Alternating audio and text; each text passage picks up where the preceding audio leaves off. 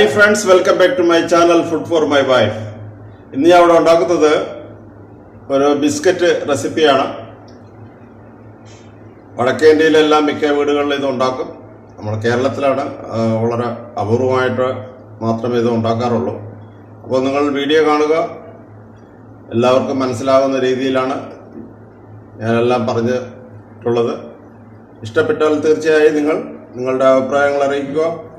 ആദ്യമായി കാണുന്ന സുഹൃത്തുക്കൾ 3 മിനിറ്റ് കണ്ട ശേഷം മാത്രം സബ്സ്ക്രൈബ് ചെയ്യുക.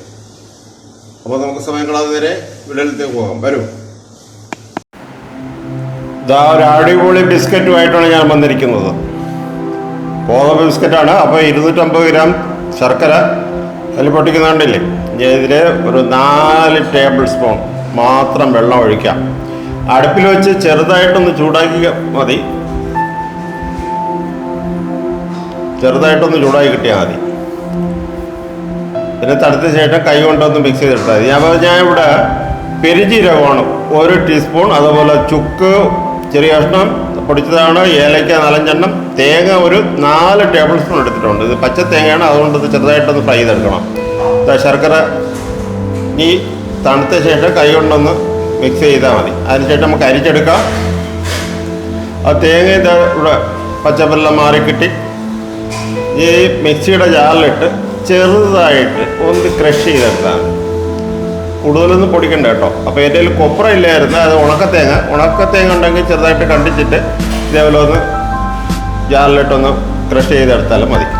അത് തേങ്ങയൊക്കെ ചേർക്കപ്പോഴും നമ്മൾ ബിസ്ക്കറ്റെല്ലാം നല്ല അടിപൊളി ടേസ്റ്റ് ആയിരിക്കും. ശർക്കര നമുക്ക് അരിച്ചെടുക്കാം. അതിൽ ഭയങ്കര കൊത്തും കണിയൊക്കെ ഉണ്ട് ഉണ്ടാക്കാറുണ്ട്. അപ്പോൾ ഇതൊക്കെ നമുക്ക് എടുത്ത് കളയാം. ഞാൻ അവിടെ ഗോതമ്പ് മാവാണ് എടുത്തിരിക്കുന്നത്, 2 കപ്പ് ഗോതമ്പ് മാവ്.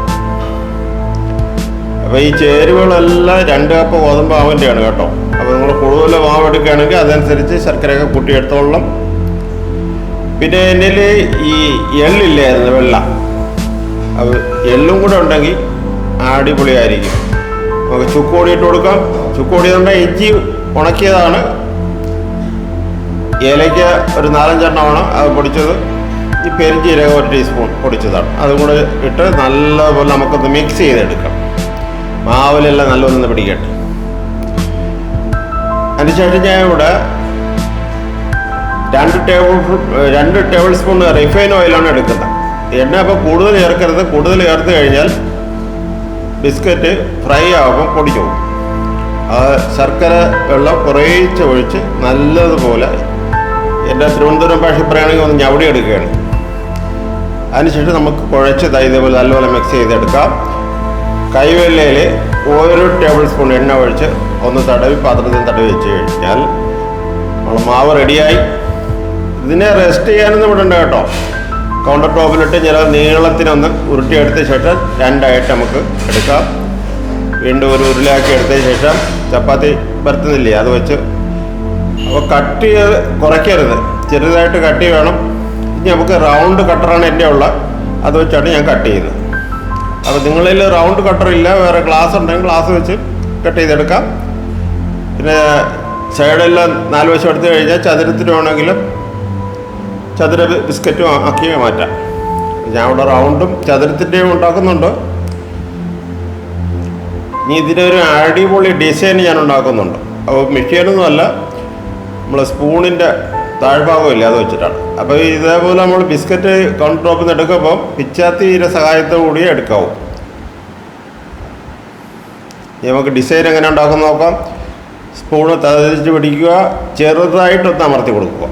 കൂടുതൽ പ്രസ് ചെയ്യരുത്. പ്രസ് ചെയ്ത് കഴിഞ്ഞാൽ ഫ്രൈ ആകുമ്പം ബിസ്ക്കറ്റ് മുറിഞ്ഞു പോകും. അപ്പോൾ ചെറുതായിട്ടൊന്ന് ടച്ച് ചെയ്താൽ മതി.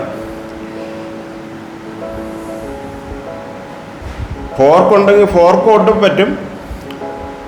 അതിനേക്കാളും നല്ല ഒരു ഇതാണ് ഈ സ്പൂണിൻ്റെ ഈ ഡിസൈൻ. എല്ലാം നമുക്ക് ഇതേപോലെ ഉണ്ടാക്കിയെടുക്കണം. കണ്ടില്ലേ, കാണാനൊക്കെ ഒരു ചന്തമുണ്ട്. അപ്പോൾ കുട്ടികളൊക്കെ ബിസ്ക്കറ്റിന് ഓടി വരുമ്പം അവരും വിചാരിക്കും ഇത് കടയിൽ നിന്ന് വാങ്ങിച്ച ബിസ്ക്കറ്റാണ്.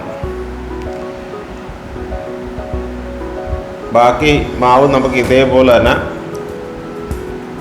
ഉണ്ടാക്കിയെടുക്കാം. ഈ പരത്തപ്പം അതിൻ്റെ ഷേപ്പൊന്നും കൂടുതൽ നോക്കണ്ട, അതിൻ്റെ തിക്നെസ് മാത്രം നമ്മൾ ശ്രദ്ധിച്ചാൽ മതി.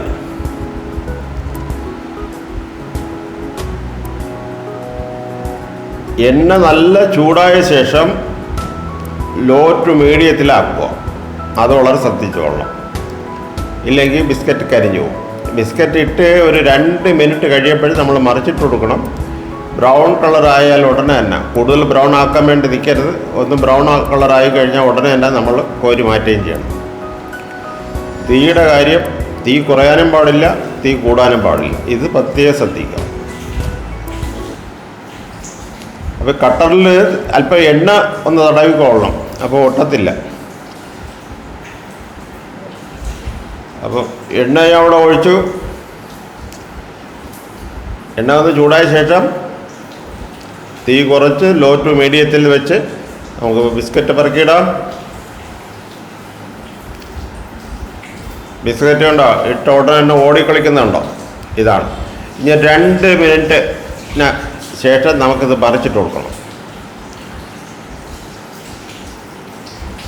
അപ്പോൾ ഇത് ഉണ്ടാക്കി വെച്ച് കഴിഞ്ഞാൽ തണുത്തതിന് ശേഷം കുപ്പിയിലിട്ട് 10-20 ദിവസം വരെ നമുക്ക് കേടുകൂടാതെ ഇരിക്കും. നിങ്ങൾ ഈ കൊറോണ കാലത്ത് ഒന്ന് ഉണ്ടാക്കി നോക്കുക. വളരെ ഹെൽത്തിയാണ്, ടേസ്റ്റ്ഫുള്ളായിട്ടുള്ളൊരു ബിസ്ക്കറ്റാണ്. ആ വീഡിയോ നിങ്ങൾക്ക് ഇഷ്ടപ്പെട്ടു കഴിഞ്ഞാൽ നിങ്ങളുടെ വിലയേറിയ അഭിപ്രായങ്ങൾ അറിയിക്കണം. അപ്പോൾ എൻ്റെ എല്ലാ വ്യൂവേഴ്സിനും സബ്സ്ക്രൈബേഴ്സിനും 1000 നന്ദി. Thank you. ബൈ.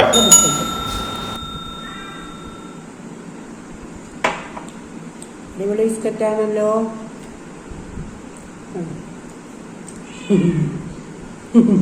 കണ്ടോ?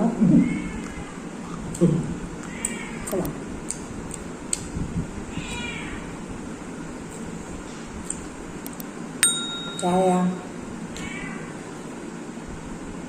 സൂപ്പർ.